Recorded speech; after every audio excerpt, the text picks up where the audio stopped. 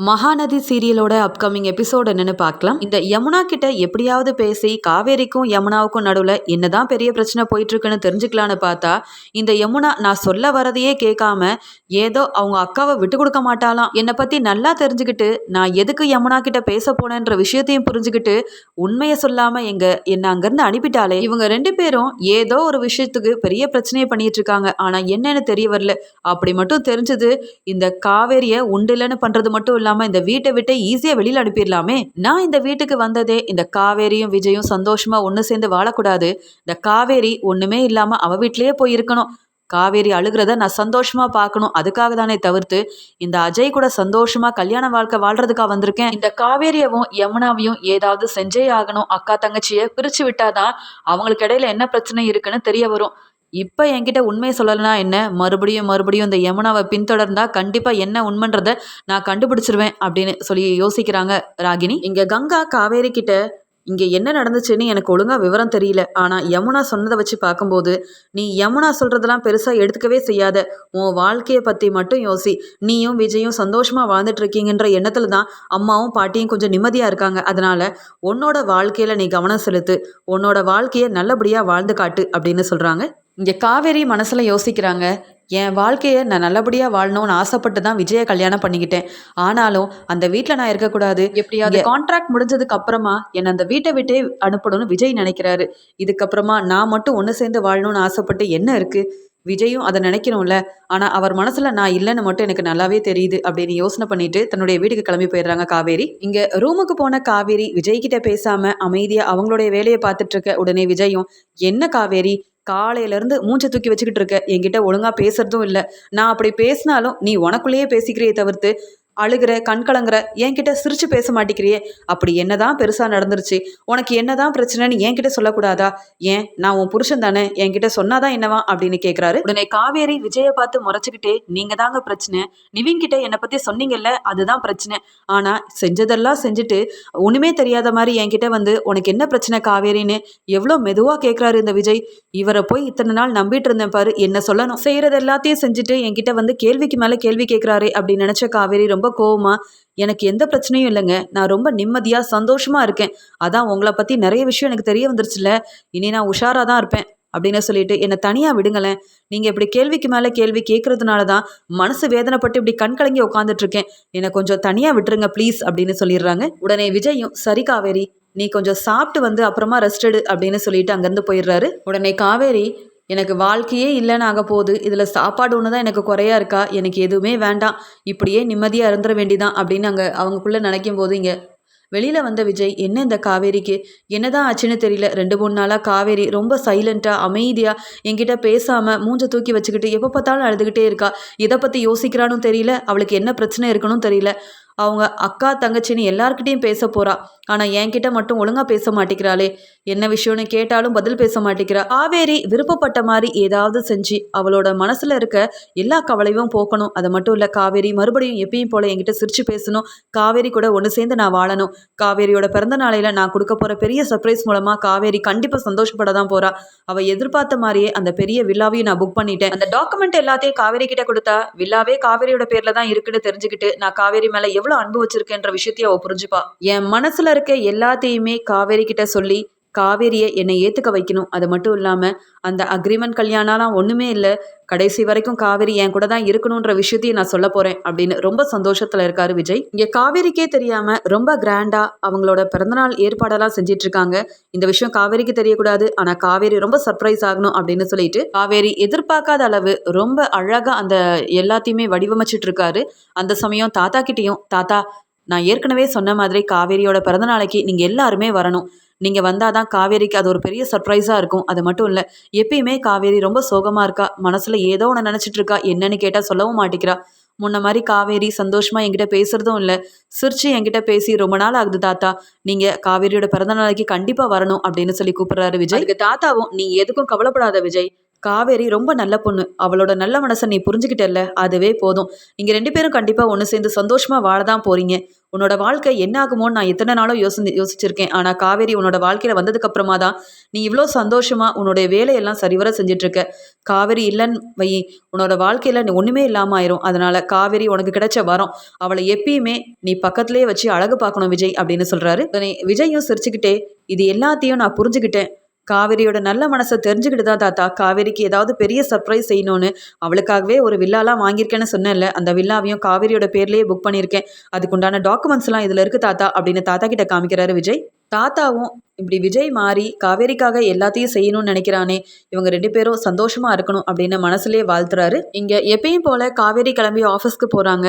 அப்பதான் காவேரிக்கு தெரிய வருது, விஜய் ஏதோ தன்னுடைய பிறந்தநாளைக்கு ஒரு பெரிய சர்ப்ரைஸ் வச்சிருக்காரு அப்படின்ற விஷயம் மேனேஜர் மூலமா காவேரிக்கு தெரிய வருது. இதெல்லாம் கேள்விப்பட்ட காவேரி ரொம்பவே கடுப்பாகிறாங்க. இந்த வாழ்க்கையே வேண்டாம்னு நினைச்சிட்டு இருக்கேன். என் கூட வாழவே விருப்பப்படாத இந்த விஜய் என்னோட பிறந்த நாளைக்கு எதுக்காக கிராண்டா சர்ப்ரைஸ் கொடுக்கணும்னு நினைக்கிறாரு. அது மட்டும் இல்ல, அவர் கொடுக்குற சர்ப்ரைஸ் எதுவுமே எனக்கு வேண்டாம், விஜயே வேண்டான்னு நான் முடிவு பண்ணிட்டேனே, அப்புறம் அவர் கொடுக்குற சர்ப்ரைஸ் மட்டும் எனக்கு எதுக்கு அப்படின்னு சொல்லி ரொம்ப கோவப்பட ஆரம்பிக்கிறாங்க காவேரி. இத்தனை நாள் விஜயை நான் நம்பின வரைக்கும் போதும், இனி விஜயை நம்புற மாதிரியே இல்லை. ஏன்னா என்னைக்கு விஜய் என்னை பத்தின விஷயத்த நிவின் கிட்ட சொல்லி எப்படியும் காவேரி என்னை விட்டு வந்ததுக்கு அப்புறமா நீங்க 2 பேரும் ஒண்ணு சேர்ந்து வாழுங்கன்னு நிவின் கிட்ட இந்த விஷயத்த சொன்னாரோ, அன்னைக்கே நான் விஜய் மேல வச்சிருந்த ஆழமான நம்பிக்கையும் என்னுடைய காதலும் ஒன்னில்லாம போச்சு. இந்த விஜய் கொடுக்குற எந்த விதமான சர்ப்ரைஸ் கிஃப்ட்டும் எனக்கு தேவையில்லை. என் வாழ்க்கையில விஜய்க்கே இடம் இல்லை, அப்புறம் அவர் கொடுக்குற சர்ப்ரைஸ் கிஃப்ட்டை மட்டும் நான் எப்படி ஏத்துப்பேன்?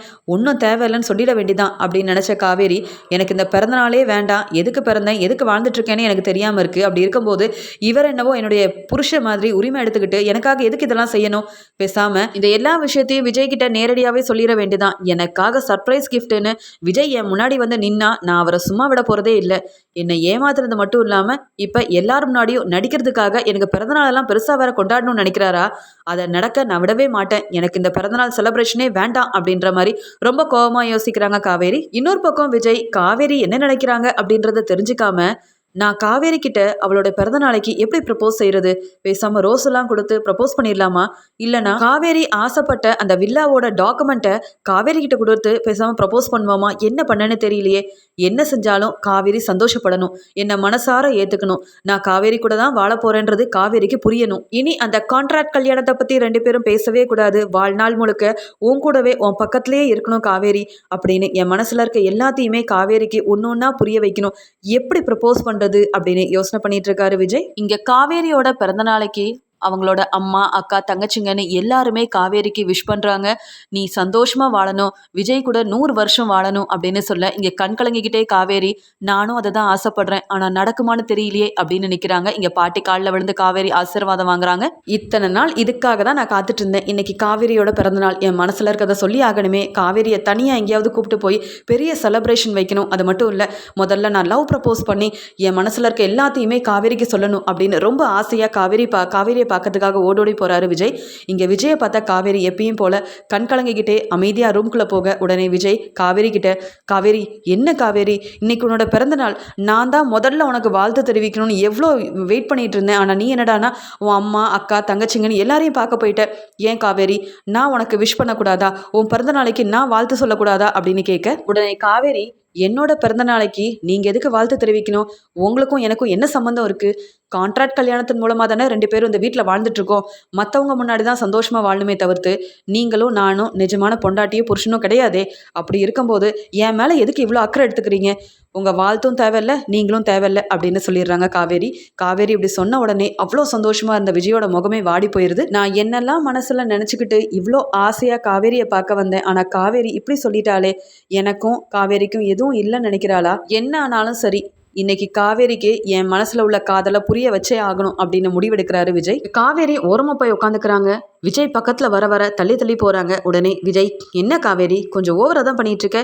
ஏன் உன் பிறந்த நாளைக்கு உனக்கு பெரிய சர்ப்ரைஸ் கொடுக்கணும்னு நினைக்க கூடாதா? நீ எப்போ பார்த்தாலும் நான் பேச வந்தா ஏன் தள்ளி தள்ளி போற? நீ பக்கத்துல இருக்கணும், நம்ம 2 பேரும் ஒன்று சேர்ந்து தான் இருக்கணும்னு நான் ஆசைப்பட்டுட்டு இருக்கேன். விலகி போகாத, முதல்ல கிட்ட வா அப்படின்னு சொல்ல, அதெல்லாம் வர முடியாது. எப்போ பார்த்தாலும் உங்க பேச்சை தான் நான் கேட்டுட்டு இருக்கேன்மா. அக்ரிமெண்ட் கல்யாணத்துக்காக நீங்கள் முழு பணத்தையும் கொடுத்துட்டீங்கன்னு நான் எப்பயுமே தலையாட்டிக்கிட்டே தான் இருக்கணுமா? அதெல்லாம் வர முடியாது. நீங்கள் எங்கே கூப்பிட்டாலும் இன்னைக்கு நான் வரவே மாட்டேன் அப்படின்னு சொல்கிறாங்க காவேரி. உடனே விஜய் சிரிச்சுக்கிட்டே, நான் என்ன சொன்னாலும் கேட்கக்கூடாதுன்ற முடிவில் இருக்க போல. உன் பிறந்த நாளை எப்படி கொண்டாடணும்னு எனக்கு தெரியும் காவேரி. நான் எங்கே கூப்பிட்டாலும் நீ வரமாட்டல்ல, அப்போ இங்கேயே இரு.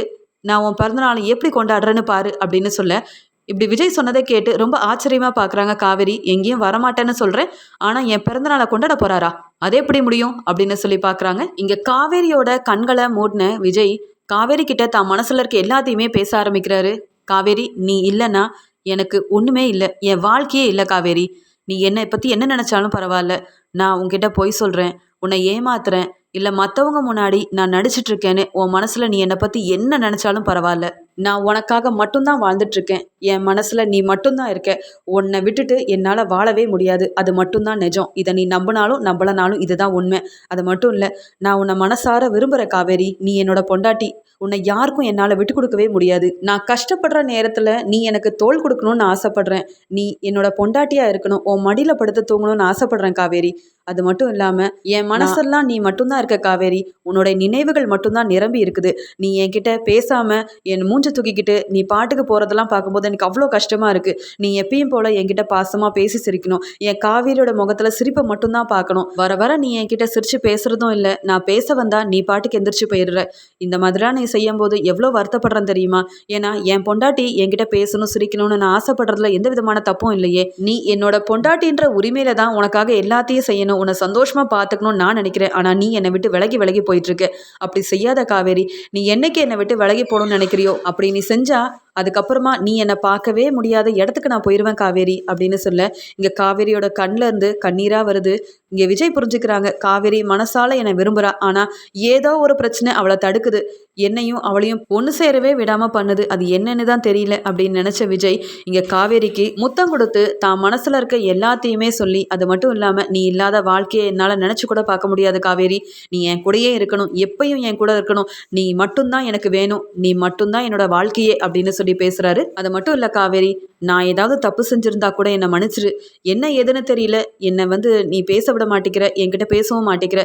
என்னால தான் உன் மனசு வருத்தப்பட்டுட்டு இருக்குதுன்னா அதுக்காக நான் மன்னிப்பு கேட்கவும் தயாரா இருக்கேன். ஆனா கான்ட்ராக்ட் கல்யாணம்னு சொல்லி என்னை பிரிஞ்சு மட்டும் போகணும்னு நீ நினைக்காத. பிடிக்காம தான் இந்த கல்யாணத்தை பண்ணிக்கிட்டேன், ஆனா இப்போ உன்னை பிடிச்சி உன் கூட வாழணும், உன் கூட நான் 100 வருஷம் சந்தோஷமா எல்லாரும் முன்னாடி வாழ்ந்து காட்டணும்னு ஆசைப்படுறேன் காவேரி அப்படின்னு காவேரி எதிர்பார்க்காத அளவு இங்கே காவேரிக்கு பூவெல்லாம் தூவி ரோஸெல்லாம் கொடுத்து தான் மனசில் இருக்க எல்லாத்தையுமே காவேரி கிட்ட சொல்லி தன்னுடைய காதலை வெளிப்படுத்தி, காவேரி எதிர்பார்க்காத அளவுக்கு காவேரியோட பிறந்தநாளில் பெரிய சர்ப்ரைஸ் கொடுக்குற மாதிரி காவேரிக்கு பிடிச்ச அந்த வில்லாவோட டாக்குமெண்ட் எல்லாத்தையுமே காவேரி கையில் கொடுத்தது மட்டும் இல்லாமல் தன்னுடைய காதலை சொல்லி இங்கே காவேரியை ஏற்றுக்க சொல்கிறாரு. அவ்வளோ நேரம் இங்கே விஜயை நம்பாமல் இனி விஜய்கிட்ட பேசக்கூடாது, விஜய்கிட்டேருந்து தூரமாக தான் இருக்கணும் அப்படின்னு நினச்ச காவேரி விஜய் பேச பேச தன்னுடைய மனசையும் மாற்றிக்கிட்டு இங்கே விஜய்கிட்ட பேச ஆரம்பிக்கிறாங்க. உண்மையாகவே தான் நீங்கள் சொல்கிறீங்களா?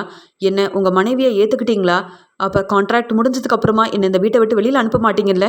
நீங்கள் யார்கிட்டையும் என்னை விட்டு கொடுக்க மாட்டீங்கல்ல? எனக்கு அதுதாங்க முக்கியம். உங்கள் மேலே இருந்த நம்பிக்கையே இல்லாமல் தான் நான் உங்களை விட்டு விலகி போகணுன்னு ஆசைப்பட்டேன்.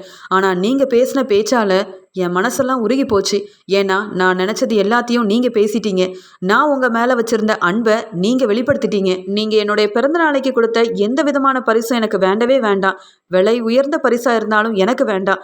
எனக்கு பெரிய கிஃப்ட்னா என் வாழ்க்கையில் நீங்கள் எனக்கு கிடைச்சது மட்டும்தான். உங்களையே நீங்கள் எனக்கு பரிசாக தருவீங்களா? நீங்கள் என்னை விட்டு விலகி போக மாட்டீங்கல்ல அப்படின்னு அழுதுகிட்டே காவேரி கேட்க, இங்கே விஜயும் அழுதுகிட்டே, அது எப்படி என்னால் முடியும்? நீ என்னோட பொண்டாட்டிடி காவேரி, உன்னை விட்டு நான் எங்கேயும் போக மாட்டேன், நீ தான் எனக்கு வேணும் அப்படின்னு விஜயும் காவேரியும் தான் மனசில் இருக்க எல்லாத்தையுமே பேசி அவங்க பெரிய பிரச்சனைக்கும் ஒரு முற்றுப்புள்ளி வைக்கிறாங்க. இப்படி விஜயும் காவேரியும் சந்தோஷமாக பேசிகிட்டு இருக்க எல்லாத்தையுமே தாத்தா பார்க்குறாரு. இதுக்காக தான் நான் ஆசைப்பட்டேன். காவேரி ஏதோ ஒரு பிரச்சனையில் இருக்கான்னு எனக்கும் தெரியும். ஆனால் என்ன பிரச்சனைன்னு காவேரி கிட்ட என்னால் கேட்கவும் முடியல. அவளும் யார்கிட்டையும் சொல்லாமல் மனசுக்குள்ளேயே ரொம்ப வேதனைப்பட்டுட்டு இருந்தா. ஆனால் இன்னைக்கு காவேரியோட பிறந்த நாள் அன்னைக்கு இவங்க 2 பேரும் ஒன்று சேர்ந்துட்டாங்க அப்படின்னு ரொம்ப சந்தோஷப்படுறாரு தாத்தா.